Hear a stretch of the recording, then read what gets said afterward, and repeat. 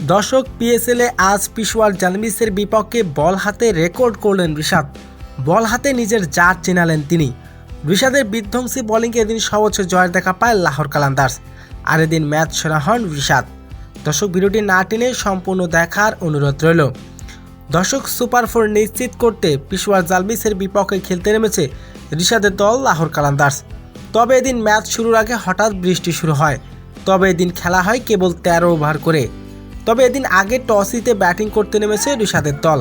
তারা আগে ব্যাটিং করতে নেমে নির্ধারিত 13 ওভারে 7 উইকেট হারিয়ে 150 রান তুলেন। 151 রানের জবাবে ব্যাটিং করতে নেমে শুরু থেকেই বিপাকে পড়ে যায় বাবর আজমরা। তবে পাওয়ার প্লেতে এদিন বিনা উইকেটে 30 রান তুলেন। তবে চতুর্থ নাম্বার ওভারে আসেন রিশাদ হোসেন। সেই ওভারে খরচ করেছেন 10 রান, নিয়েছেন 2টি উইকেট। দ্বিতীয় ওভারে বোলিং করতে এসে সেই ওভারে পাননি কোনো উইকেট, সেই ওভারে খরচ করেছেন 7 রান। তৃতীয় ওভারে বোলিং করতে এসে পরে ওভারে 13 রান খরচ করে পেয়েছেন 2টি উইকেট। তবে রিশাদ এদিন নির্ধারিত 3 ওভার বোলিং করে 30 রান খরচ করে নিয়েছেন 4টি উইকেট। রিশাদের বিধ্বংসী বোলিংয়ে দিন সর্বোচ্চ জয়ের দেখা পায় লাহোর কালান্দার্স, আর এদিন সুপার 4 নিশ্চিত করেছেন তারা। পেশোয়ার জালমিস এদিন নির্ধারিত 13 ওভারে সবকটি উইকেট হারিয়ে কেবল 130 রানই তুলতে পেরেছে, আর এদিন 20 রানের বড় জয় পায় লাহোর কালান্দার্স।